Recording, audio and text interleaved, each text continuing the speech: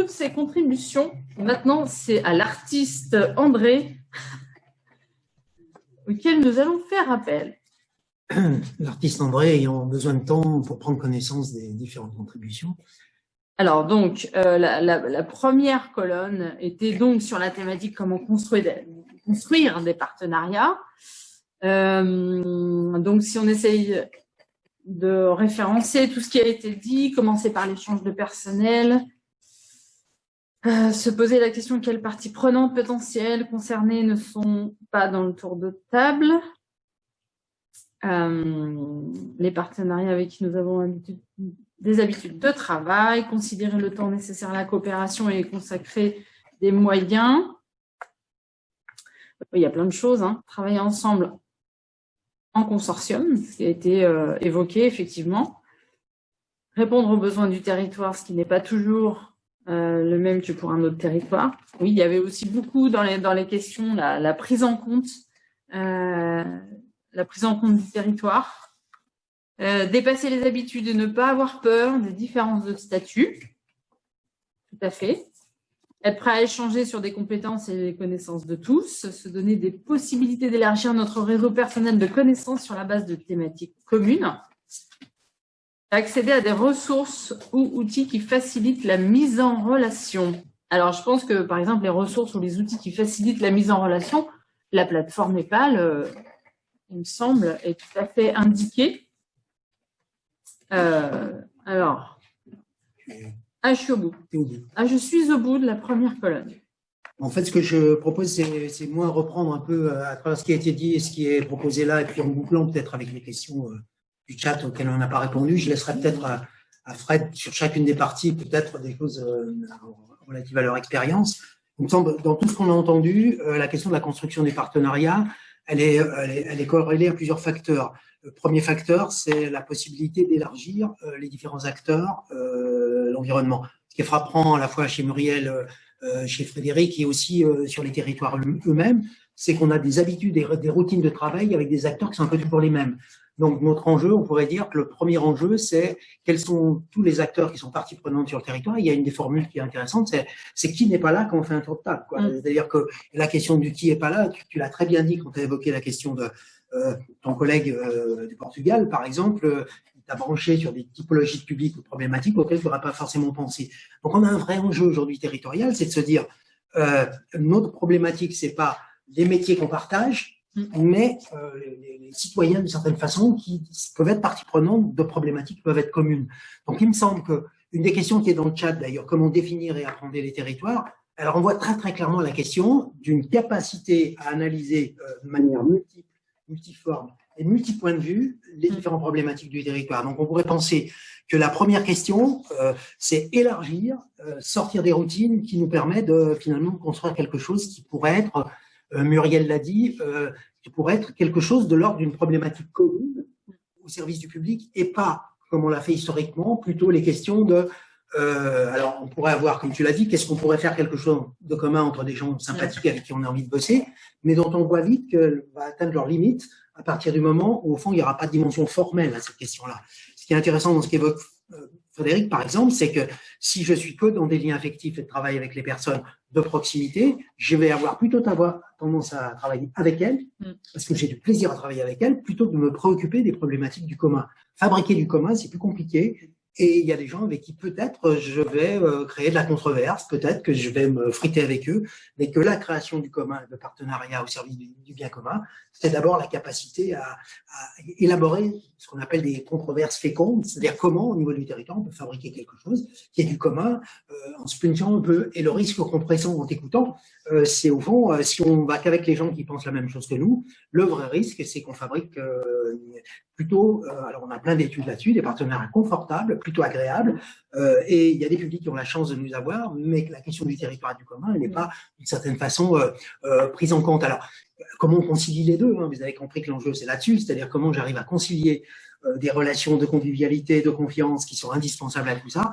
mais comment je vais au-delà de la simple singularité des personnes, ou plus près des problématiques du territoire, ce qui suppose Alors peut-être d'avoir des instances territoriales dans lesquelles on peut faire ça, mais peut-être, et ça répond aussi à une des préoccupations, d'avoir des outils, des méthodes dans lesquelles on peut construire des réflexions territoriales au service des problématiques du territoire. Et ce qui nous frappe aujourd'hui, alors Muriel a parlé du 100% inclusion, elle a parlé de Jean-Marie Marthe par exemple, on voit qu'il y a un vrai souci des politiques publiques d'élargir les acteurs au service du territoire, au service du bien commun et dans lesquels les différentes personnes sont partie prenante. Donc, comment construire des partenariats? Échanger sur les compétences et les compétences de tous, mutualiser les ressources, ça qu'on va vite arriver là-dessus. Par contre, sortir des routines et des gens qu'on côtoie habituellement pour aller vers des gens avec qui on n'a pas l'habitude de travailler. On est peut-être un des pays au monde qui a le plus compartimenté les champs. Insertion par l'activité économique, formation, orientation, etc. Donc, on a créé finalement des espèces de continuum aujourd'hui où finalement il y a quelques réseaux qui sont chargés, qui ont une part de marché, une part d'objet. La vraie difficulté aujourd'hui, c'est comment les problématiques du territoire ne peuvent pas se réduire à l'addition de professionnels compétents, mais bien à la complémentarité de professionnels visant un objectif commun qui est celui du territoire lui-même. Et donc, vous l'avez compris, celui du public lui-même et celui du pour tous. Il me semble que la question de la construction, c'est pour ça qu'on l'avait mis en premier comme question, elle est centrale. Si je continue à fabriquer qu'avec les gens avec qui je m'entends bien, le vrai risque qu'on a, c'est qu'on n'ait jamais de controverse avec des gens qui ne sont pas d'accord avec nous. Puis une deuxième question que je trouve très précieuse dans ce que tu évoques, il faut bien distinguer dans les partenariats ce qui relève de l'équation personnelle des acteurs, de ce qui est de l'ordre des structures, de ce qui est de l'ordre des institutions. Et en fait, historiquement, on voit bien que ces partenariats se sont entremêlés à certains moments et qu'au fond, dès que les partenariats sont uniquement imposés d'en haut, ils dureront pas longtemps, mais que dès que les partenariats sont uniquement coproduits au niveau local, ils essaiment peu au niveau institutionnel. Et il me semble, dans ce qu'évoque Muriel, c'est comment on arrive à jouer de la littérativité entre ce que le font finalement ce qui vient de l'initial, ce qui vient de pratiques plutôt collaboratives et coopératives, plutôt transversales, va quelque part influencer les politiques publiques, les politiques territoriales dans un premier. Et quand tu dis que David Marguerite vient s'intéresser aux Open Badges, ça dit quelque chose quand même de sensibilité de la puissance publique au fait que les acteurs eux-mêmes peuvent être intéressés par ça. Peut-être Fred, si tu veux compléter, ou Muriel, si tu veux compléter. Juste sur le fait que par rapport à cette logique des territoires, il y a, alors c'est pareil, hein, c'est une constatation un peu en lien avec les personnes avec qui je travaille, une tendance à lire un peu les comptes rendus qu'il peut y avoir des sociologues qui travaillent pour les départements, les régions et qui définissent un peu la logique de nos territoires et les axes vers lesquels il faudrait aller pour répondre aux problématiques du territoire.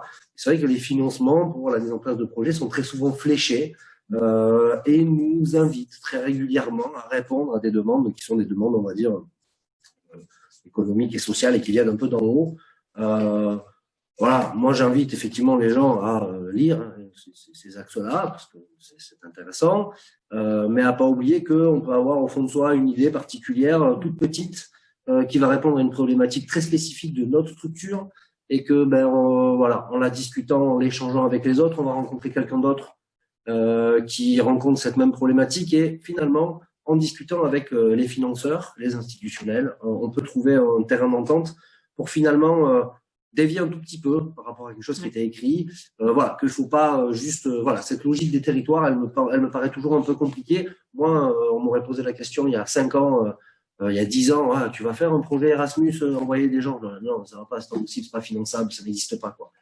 Si finalement, je me suis rendu compte que ça existait et que on m'a poussé, on m'a accompagné, en me disant que je pouvais me demander plus. C'est-à-dire, on m'a dit non, mais ça existe. C'est pas exactement ça. Faut corriger un tout petit peu parce que on finance ça. Mais ce que vous faites, c'est ça. C'est juste que vous l'exprimez pas convenablement. Donc après, on a plein de professionnels qui sont là pour nous accompagner. Et qu'effectivement, la logique des territoires, elle peut venir d'en haut. Il y a des gens qui regardent comme ça et qui voient, qui nous disent, regardez, c'est comme ça que ça se passe. Il y a des gens qui sont en bas qui disent, ouais, mais d'en bas, c'est pas exactement pareil. Il y a aussi des trucs qui se passent, on peut vous en parler. Voilà. Juste, pas oublier que de notre tout petit niveau, on peut aussi faire remonter les choses et qu'on peut créer du projet sans forcément répondre aux demandes et aux commandes. Muriel, si tu veux compléter, je pense que tu vas être d'accord avec Frédéric. Tout à fait, et j'ajouterais un élément que nous on a intégré depuis finalement peu de temps. En novembre 2019, on a recruté une chargée de communication. Voilà. Il faut qu'on arrive à documenter ce qu'on fait, c'est-à-dire à valoriser nous aussi ce qu'on arrive à faire.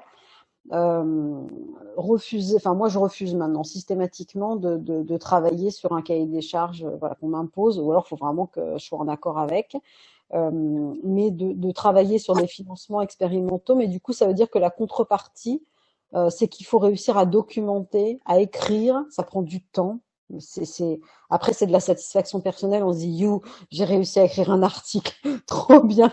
Ça m'a pris 3 jours, mince. Et communiquer, voilà. On a une petite jeune maintenant qui fait pas que ça, parce on est 10 hein, dans la structure, donc se payer une chargée de com, c'est quand même un sacré investissement.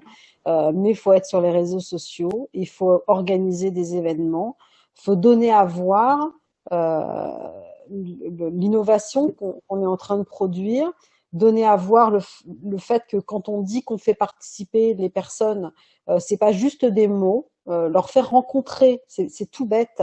Le fait de faire venir les personnages publics, rencontrer les jeunes, vivre la situation eux aussi, d'un seul coup ils se rendent compte que c'est réel, parce que sinon on n'est que des dossiers. Et ça c'est un vrai boulot. Alors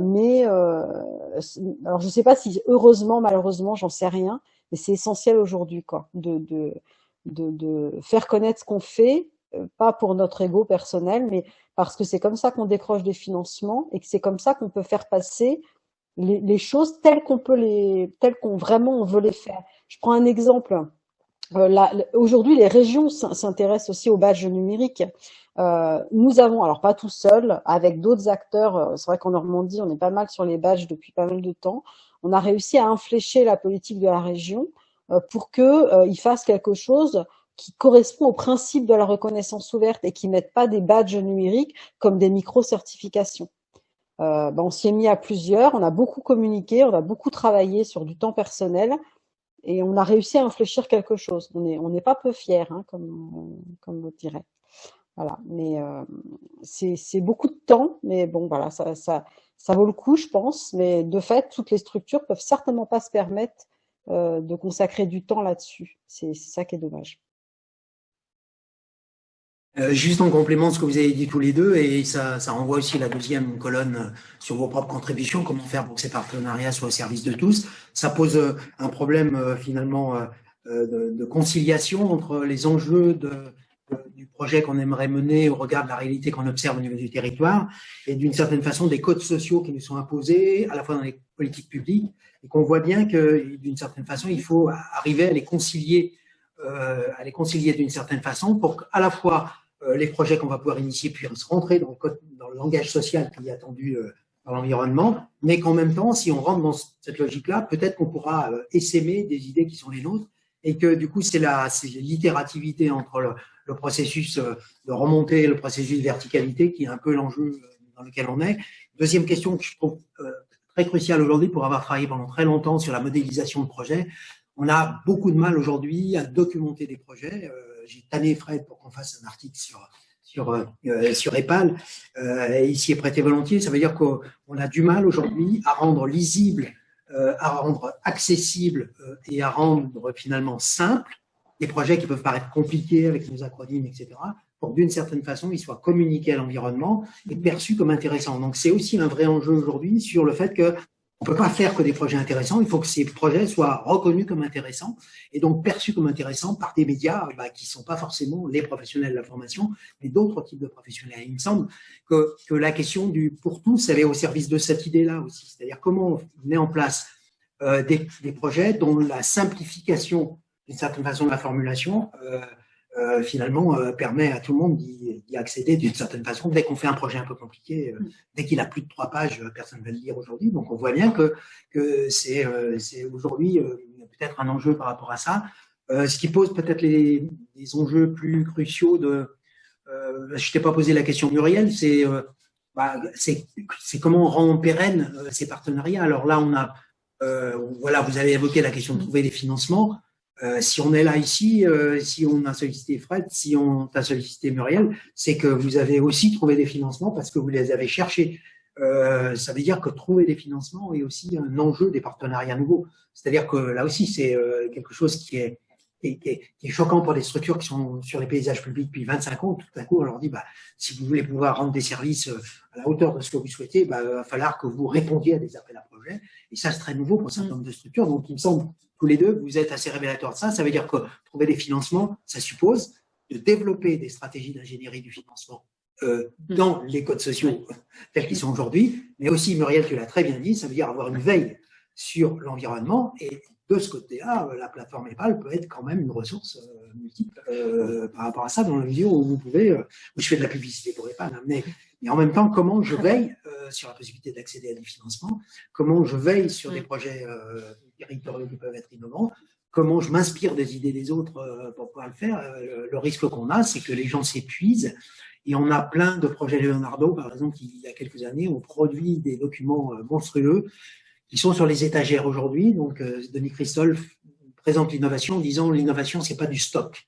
L'innovation, c'est du flux. Et à partir du moment où on stocke des projets dans les étagères, ils sont morts. Donc, notre enjeu, c'est fabriquer de la vie. Et pour fabriquer de la vie, il faut fabriquer du flux.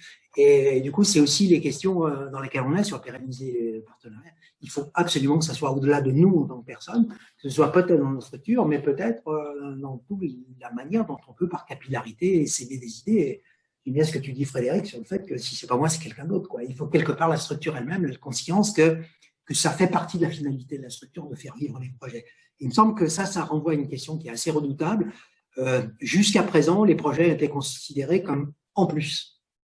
C'est-à-dire, les structures les considèrent comme soit un moyen de financement complémentaire, soit quelque chose qui va élargir finalement la notoriété de la structure, mais qui ne fait pas partie de l'ADN de la structure.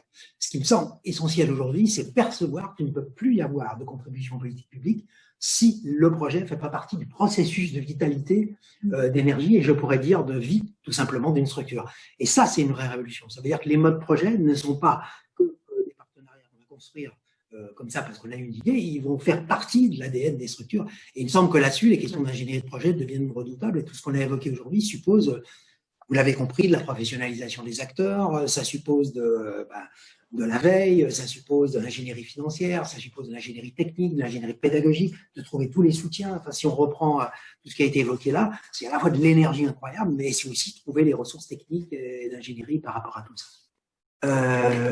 Si c'est pas en plus, tu vois, si c'est vraiment ce qu'on essaie de faire passer et quelque chose qu'on veut faire parce que ça correspond à, voilà, une vision qu'on a de la façon dont les choses doivent évoluer. Et, en fait, je pense qu'il faut prendre du plaisir dans tout ça. C'est-à-dire qu'il faut avoir envie de se battre pour aller chercher les financements. Donc, il y a la notion de plaisir, et tu parlais d'être conciliant tout à l'heure.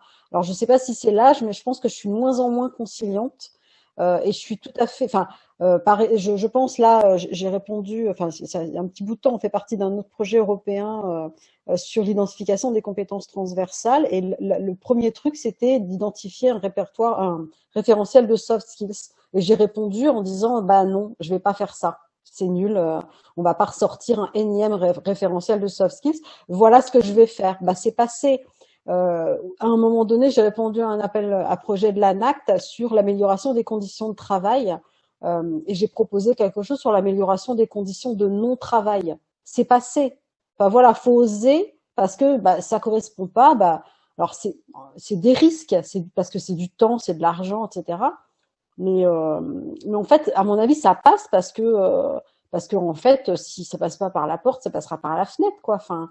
Voilà, c'est si on y croit, si on prend du plaisir à ce qu'on fait et qu'on ose prendre des risques, c'est à cette condition que ça fonctionne. Je pense que c'est comme pour nos publics, hein.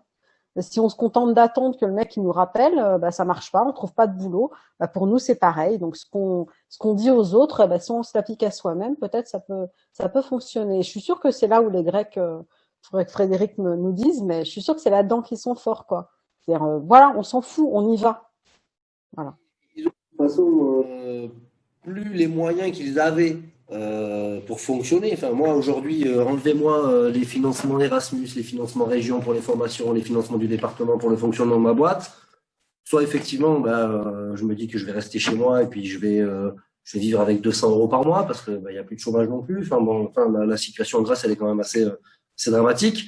Et ils se sont dit de toute façon, là, on n'a plus le choix. Hein, il nous reste le soleil et les plages. Et encore les plages, la plupart, elles ont été rachetées. Donc, ils se sont retroussés les manches, ils se sont dit, bon, qu'est-ce qu'on fait aujourd'hui là? Il y a des gens qui ont faim, il y a des gamins qui vont plus à l'école. Comment on fait? Il y a deux solutions, soit on fait rien, et puis on se laisse enterrer tout doucement, soit on se retrousse les manches. Ils se sont retroussés les manches, ils ont créé des coopératives sociales, des centres d'animation socioculturelle gratuits, avec des bénévoles. Alors, les gens, ils n'ont pas de sous, mais ils font quand même du bénévolat. Et finalement, ils ont trouvé des systèmes de rétribution derrière, des systèmes de lien social. Ils ont créé, ils ont innové, et aujourd'hui, effectivement, il faut constater que si le gouvernement, les ministères, l'économie sociale et solidaire ne fonctionnent pas forcément à la hauteur de ce qu'ils voudraient, eux, en parallèle, ils ont créé des choses, voilà, qui fonctionnent. Bon an, mal an, tout n'est pas génial, mais il y a une vraie énergie aujourd'hui. Et moi, un peu comme ce que disait la collègue, hein, moi, si j'ai une envie, mais que la ligne de financement n'existe pas, ben, je vais voir des financeurs, je leur dis, moi, je veux faire ça. Vous me trouvez un truc qui permet de financer, on adapte, c'est possible. Et voilà, on constate qu'effectivement, voilà, tu parlais du non-travail. On adapte, je suis pas sûr que ça soit. Ben si, ils ont fait parce que moi dedans il y a travail. Juste non. On va voir, on peut peut-être. On va financer, on va s'arranger. Et effectivement, on s'arrange. Il y a possibilité quand couper on a envie de faire. Un complément peut-être. En fait, tu es plus conciliante, mais tu es plus en plus persévérante, c'est ça? Voilà, c'est ça. C'est doit être en rapport avec l'âge. On se dit, c'est bon, on devient plus patient. Non, je suis pas très patiente non plus. Mais encore une fois, si on arrive à montrer ce qu'on fait et qu'on arrive enfin moi, dans toutes mes assemblées générales, il y a toujours des publics qui viennent raconter ce qui s'est passé. Et ça marche toujours auprès des financeurs, des administrateurs. C'est bête, mais c'est finalement, on voit pas concrètement l'effet sur les gens si on les rencontre pas. Et il faut organiser cette rencontre. Et donc, effectivement, écrire des articles intelligents. Nous, on fait beaucoup de vidéos maintenant avec notre petite chargée de com. Parce que effectivement c'est plus facile de regarder une vidéo avec des petits personnages qui bougent que de lire un truc. Et là je parle pas des personnes sur Facebook, hein, je parle de tout le monde, y compris les conseillers en emploi. Enfin voilà, on les forme avec des vidéos parce que c'est rapide, parce que ça nous parle tout de suite, parce que c'est tout de suite très concret. Voilà, en fait, il faut multiplier les modalités de communication de façon à montrer l'impact de nos actions, et on arrive à convaincre. Voilà. Alors voilà, et de fait d'y consacrer, de se dire ok, ça fait partie. Nous, ça fait 1 an qu'on a créé alors, ce qu'on a appelé pompeusement, mais c'est aussi de la communication, le labo CIBC, laboratoire d'innovation pédagogique. Donc innover, ça fait maintenant c'est une part de notre activité. C'est pas en plus. Notre activité, c'est aussi innover. Alors, il y a une question pour toi, de Stéphane, qui dit « Difficile de s'arranger avec les évaluateurs des projets européens, alors donnez-moi leurs coordonnées. » Les évaluateurs, pour l'instant, j'ai pas eu encore affaire. C'est pour ça qu'il reste... Ils comptent les temps qu'on a passé, ils comptent les gens, ils comptent, mais au final, la façon dont on arrive au résultat, les moyens qu'on y a mis, les méthodes qu'on a employées, ils s'y intéressent pas forcément énormément, hein. Enfin, pas dans le contrôle en tout cas. J'espère qu'ils s'y intéressent à d'autres niveaux. Mais ce qui contrôle, c'est les temps et les sous. C'est pas les moyens.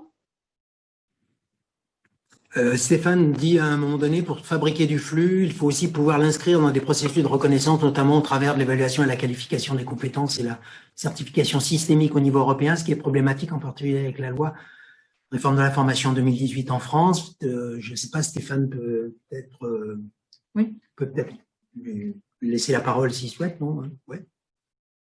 Stéphane, si...